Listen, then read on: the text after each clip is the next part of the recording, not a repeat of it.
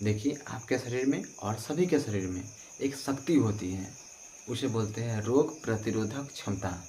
यह हमें कई तरह की बीमारियों से बचाता है और यदि बीमारी हो भी जाता है तो उससे हमें जल्दी रिकवर कर देता है, ठीक कर देता है। यह शक्ति कभी ख़त्म नहीं होता है, लेकिन एक वायरस है, यदि वो वायरस आ गया ना, ये शक्ति ही ख़त्म कर देती है। उस वायरस का नाम है HIV वायरस। और जैसे ही HIV वायरस आता है भाई, तो हमें हो जाता है एड्स। किसी को भी एड्स हो सकता है, ध्यान रखिएगा। और जब एड्स आ गया ना, तो रोग प्रतिरोधक क्षमता घट जाती है, आप बीमारी से ठीक नहीं हो सकते हैं। उसके दौरान कोई भी नया बीमारी हो जाए, ठीक ही नहीं होगा, वो बीमारी बढ़ता ही जाता है। इस एड्स के कई लक्षण होते हैं, जैसे लगातार वजन घटने लगता है, लगातार पेट खराब रहता है, त्वचा पर यहाँ वहाँ घाव होने लगती है, बराबर थकावट महसूस होता है, बोलचाल में कष्ट होती है, स्मरण शक्ति यानी याददाश्त घटने लगता है, लगातार बीमार पड़ने लगता है व्यक्ति, और लसिका ग्रंथि फूलने लगती है। यदि ये सारे लक्षण हैं तो व्यक्ति को एड्स हो सकता है।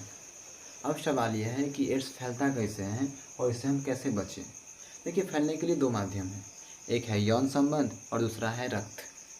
पहले हम यौन संबंध की बात कर लेते हैं। यदि कोई व्यक्ति को एड्स हुआ है, चाहे महिला हो चाहे पुरुष हो, और उसके साथ कोई दूसरा व्यक्ति संबंध बना लेता है तो उसे भी एड्स हो जाएगा। दूसरा है रक्त के माध्यम से। यदि कोई व्यक्ति को एड्स हुआ है और इस व्यक्ति के रक्त को लेकर किसी अन्य व्यक्ति को चढ़ा दिया जाए तो अन्य व्यक्ति को भी एड्स हो सकती है। इंजेक्शन, यदि मान लीजिए कि इस आदमी को एड्स हुआ है और इस आदमी को एक इंजेक्शन से सुई दे और इसी इंजेक्शन से किसी अन्य आदमी को सुई दे तो अन्य आदमी को भी एड्स हो सकता है। यानी इंजेक्शन के माध्यम से भी हो सकता है एड्स। और चौथी बात है महिला। यदि कोई महिला को एड्स हो गया है और वह प्रेग्नेंट हो गई हो तो उसके होने वाले बच्चे को भी एड्स हो सकता है। अब बचने का उपाय क्या है? देखिए, अभी तक इसका कोई दवा नहीं बना है, इसलिए हमें सुरक्षित रहना चाहिए और हमेशा इसके बारे में शिक्षा देते रहना चाहिए कि कैसे इसे बच सकते हैं और क्या करना चाहिए क्या नहीं करना चाहिए। इसलिए हमें सबको एड्स के बारे में शिक्षा देना चाहिए। सरकार घोषणा किया है कि प्रत्येक साल 1 दिसंबर को एड्स दिवस मनाया जाए। देखिए, हमें अनैतिक यौन संबंध से दूर रहना चाहिए। एक होता है नैतिक, एक होता है अनैतिक। नैतिक माने जो सही है, हम नैतिक का बात यहाँ नहीं कर रहे, हम अनैतिक का बात कर रहे हैं, मतलब जो सही नहीं है। देखिए, यदि आपका शादी हो गया है तो आप संबंध तो बनाइएगा ही, तो ये नैतिक है, ठीक है। लेकिन कुछ लोग ये ऐसे होते हैं जिनका शादी हो भी गया है और इसके बाद भी वो एक से अधिक लोगों से बनाते रहते हैं संबंध, वो है अनैतिक। ऐसा संबंध नहीं बनाना है।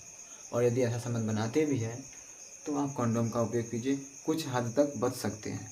नहीं तो आप यदि अनैतिक संबंध बनाते रहें तो एड्स हो सकती है।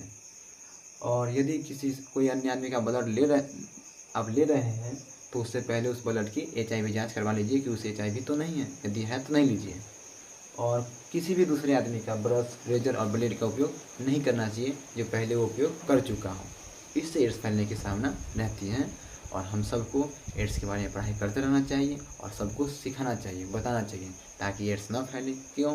क्योंकि इसका दवा नहीं बना है।